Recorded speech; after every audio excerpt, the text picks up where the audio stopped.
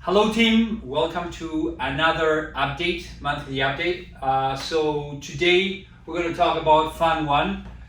Urban 128 has already gone hard, and we're expecting to close that property in about, let's call it 40 days. The buyer has two 15-day extensions, so that could go up to 70 days, but that's going on very well. The buyer is very pleased with the property, as are we. So that's going to be sold here shortly.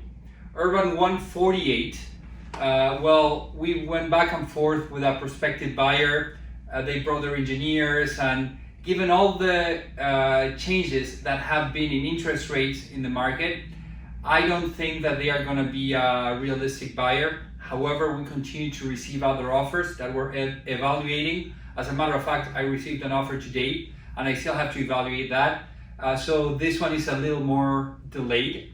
And S29, we decided to recapitalize, meaning there doesn't seem to be a buyer for such a big property in today's environment. So instead of selling it, what we're going to do is buy it. What does that mean? We have different investment groups that are interested in investing in it with us. And that's what we are potentially going to do. We are finalizing different agreements, but it looks like it's going to stay in the family. Now, Palmer Park. Palmer Park, we are going to refinance. I think the date is next week on the 23rd. It can get delayed a few days, but we're basically refinancing the whole portfolio. This is very important because this refinancing first will cut the debt service significantly.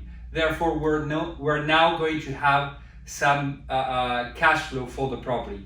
But more importantly, this refinance provides the necessary funds to renovate the properties. This is huge because now all of those vacant units we're going to be able to renovate and occupy, and therefore the cash flow will start increasing, and we're going to be able to start paying for our debts, vendors, etc. So this is very, very big. It took us well over 6 months, I would say probably 8 months to get to this point. And it looks like next week we're going to be closing. So this is gigantic. Aspen Place.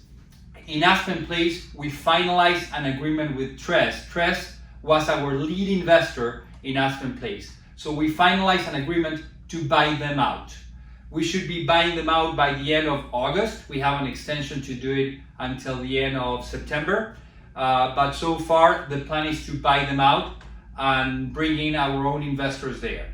So this is good. It will provide certain flexibility, and it will provide funds to keep moving forward with the renovation. The renovation has been stagnated over the past few weeks because of all of this negotiation and the lack of funds to keep moving forward. Now that we're able to create some movement there, we're going to start having funds initially to pay the vendors that we owe, but thereafter to continue with the renovation.